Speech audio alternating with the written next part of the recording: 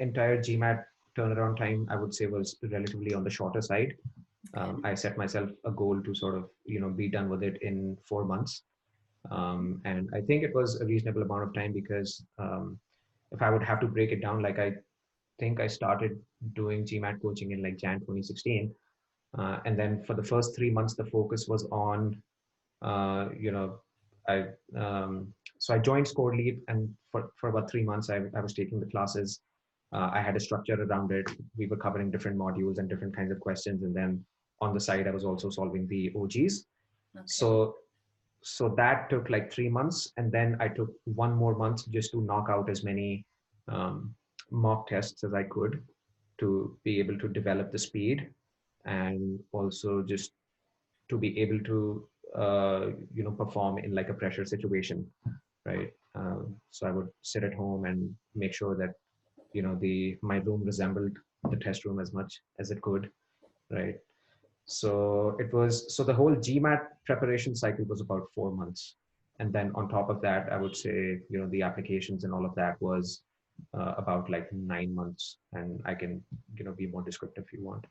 So as I mentioned, GMAT itself took about 4 months, about, three months of classes and just, getting done with the OGs, and then 1 month of just test prep. Mm-hmm. Then after that, I applied in round one, which is September. Most of the admissions deadlines are right around September, October. So I would say I started preparing for my essays maybe around July. And it took about 3 months of work in terms of working on the essays and crafting my story, and then getting the recommendation letters in place. Mm-hmm. But in terms of like researching the schools, I would say that process started even earlier. And if you really want to properly research the schools, like it usually takes about 9 to 12 months. And just like everyone else, my first, the research process started from rankings, right? You do a Google search on what are the best schools, and you look at the rankings. Then the next thing you usually do is go to the websites and see what schools are all about. Then you go to certain sources, the most obvious being Ports and Quants. You read about the schools and the student profiles and things like that.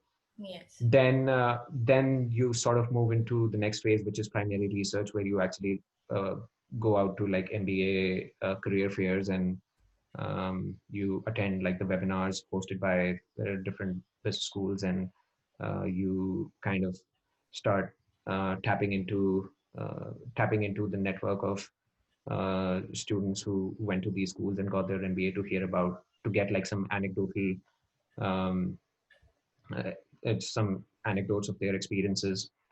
So I would say that process is usually ongoing. Like it was happening as I was preparing for GMAT. It was happening as I was, preparing for my applications and writing my essays.